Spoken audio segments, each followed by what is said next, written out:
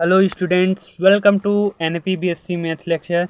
ये हमारा BSc first semester chemistry, अब ये फर्स्ट यूनिट का first chapter atomic structure and periodic property का सेकंड लेक्चर है, फोर्थ लेक्चर है। क्वांटम नंबर्स एंड इसके सिग्निफिकेशन, इसके क्या महत्व है। इससे आप लोगों के क्वेश्चन पूछे जा सकते हैं एग्जाम में, ये मोस्ट इम्पॉर्टेंट है। ठीक है, तो चलिए देखते हैं अगर इस टाइप से आपके क्वेश्चन पूछे जाए तो इसका आंसर आपको कैसे लिखें। परमाणु में जो इलेक्ट्रॉन है वो नाभिक के चारों ओर विभिन्न ऊर्जा स्तरों में स्थिर रहते हैं। ठीक है, स्थित रहते हैं, स्थिर नहीं हो, स्थित रहते हैं। ठीक है, तो किसी इलेक्ट्रॉन की स्थिति, ऊर्जा, कक्षा, उपकक्षक, ऑर्बिटल तथा उसके जो घूर्णन को बताने के लिए जिन संख्याओं का उपयोग किया जाता है उन्हें क्या कहते हैं? क्वांटम नंबर्स कहते हैं। ठीक है, किसी भी जो हमारे पास इलेक्ट्रॉन है उसकी स्थिति, ऊर्जा, कक्ष, उपकक्षक, ऑर्बिटल तथा उनके घूर्णन को बताने के लिए जिन नंबर का हम यूज़ करते हैं उसे क्वांटम नंबर्स कहते हैं। क्वांटम नंबर, प्रत्येक इलेक्ट्रॉन की पहचान के लिए हमारे पास 4 क्वांटम नंबर होते हैं। ठीक है, पहला है प्रिंसिपल क्वांटम संख्या, मुख्य क्वांटम संख्या बोलते हैं हिंदी में, और इसे हम लोग n से रिप्रेजेंट करते हैं।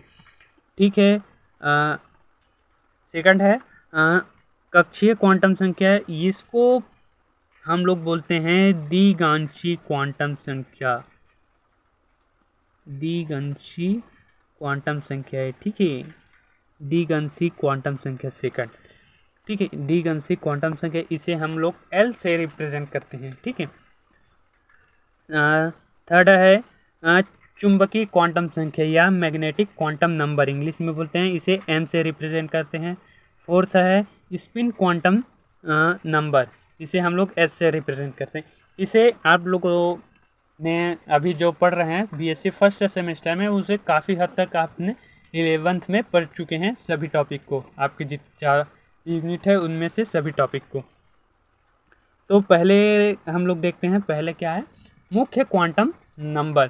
तो जो हमारे पास जो मुख्य क्वांटम नंबर है, ये हमें इलेक्ट्रॉन किस ऊर्जा स्तर में स्थित है इसके बारे में हमें जानकारी देता है। ठीक है, और जो इसकी वैल्यू है n, यानी कि n की वैल्यू, मुख्य क्वांटम संख्या का मान n की वैल्यू 1, 2, 3, 4 होता है। ठीक है, इन्हें निम्न प्रकार से दर्शाया जा सकता है कि जैसे कि n की वैल्यू 1 है तो इलेक्ट्रॉन k कोश में है, 2 है तो L कोश में, 3 है तो M कोश में, और 4 है तो N कोश में। ठीक है, अब इस क्वांटम नंबर का महत्व क्या है? तो पहला ये है कि यह इलेक्ट्रॉन की मुख्य कक्षा को बताता है। थर्ड है यह इलेक्ट्रॉन की ऊर्जा को निर्धारित करता है। फोर्थ है यह नाभिक से इलेक्ट्रॉन की औसत दूरी के बारे में हमें जानकारी देता है। और फोर्थ है कि यह किसी कोश में उपस्थित अधिकतम इलेक्ट्रॉनों की संख्या बताता है। किसी कोश में अधिकतम इलेक्ट्रॉनों की संख्या को हम लोग इस फॉर्मूले से निकाल सकते हैं। उदाहरण के लिए लेते हैं कि जो k है, k के लिए n की वैल्यू क्या होता है? 1। तो जो k कोश में जो अधिकतम कितने इलेक्ट्रॉन हो सकते हैं? 2। उसी प्रकार L कोश में 8 इलेक्ट्रॉन, M में 18 और N में 32 इलेक्ट्रॉन हो सकते हैं। सेकंड है ये द्विगांशी क्वांटम संख्या है,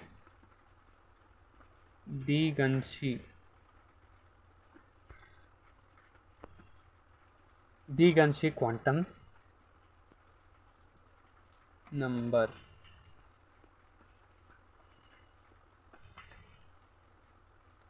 तो देखिए, ये हमें जो द्विगांशी क्वांटम नंबर है वो किस बारे में जानकारी देता है कि इलेक्ट्रॉन किस उपकक्षक में स्थित है तथा उपकक्षक का आकार क्या है, इसके बारे में हमें जानकारी देता है। कौन? द्विगांशी क्वांटम संख्या, इसे हम लोग L से रिप्रेजेंट करते हैं। इसकी जो L की वैल्यू है वो 0 से n- तक हो सकता है। इसे आप इस प्रकार से समझ सकते हैं कि अगर L की वैल्यू 0 है तो इलेक्ट्रॉन किस कोश में है? उपकक्षक में S।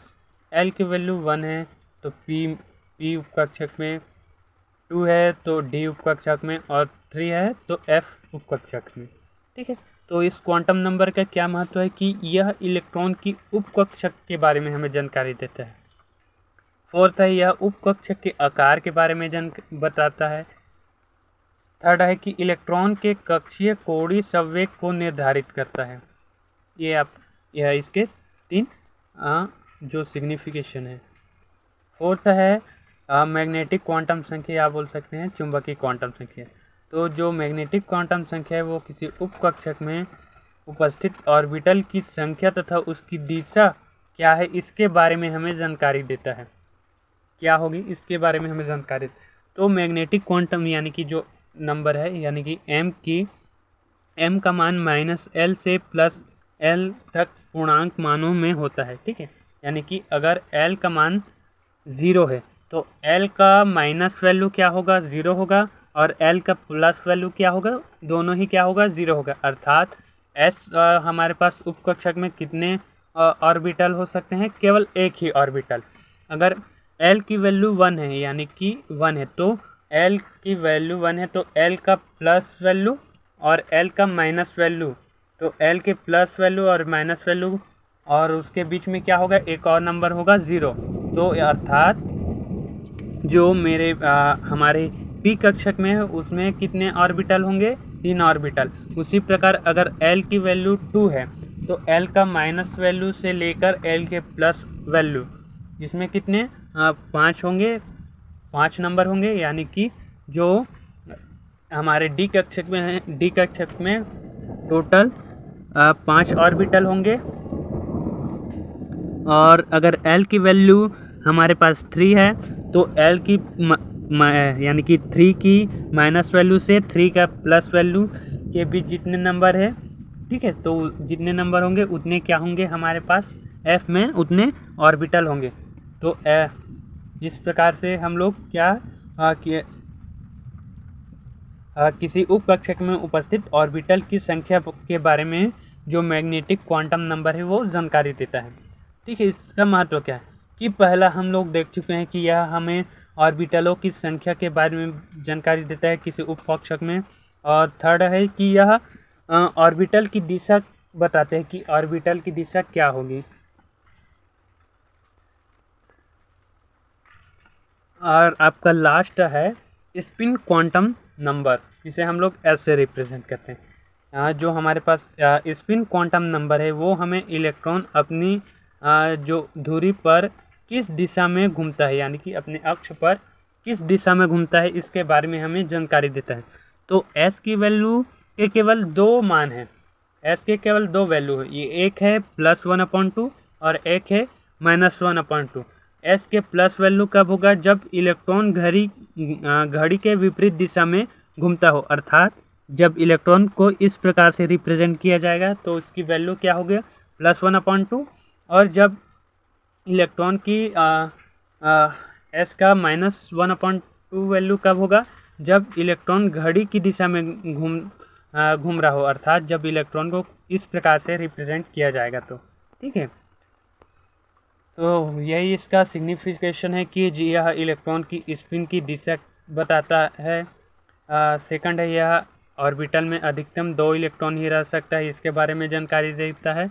और थर्ड है इन दोनों इलेक्ट्रॉनों की स्पिन विपरीत होते हैं, ठीक है, इसके बारे में भी जानकारी देता है कि जो हमारे पास किसी ऑर्बिटल में है उसमें अगर 2 इलेक्ट्रॉन हैं तो दोनों इलेक्ट्रॉनों के जो स्पिन है वो क्या होगा, अलग अलग होता है। आप लोग इससे समझ सकते हैं कि क्या कहना चाहता हूँ मैं, ठीक है। और ये एक ही है, ठीक है, अलग अलग ऑर्बिटल नहीं है, एक ही ऑर्बिटल है ये।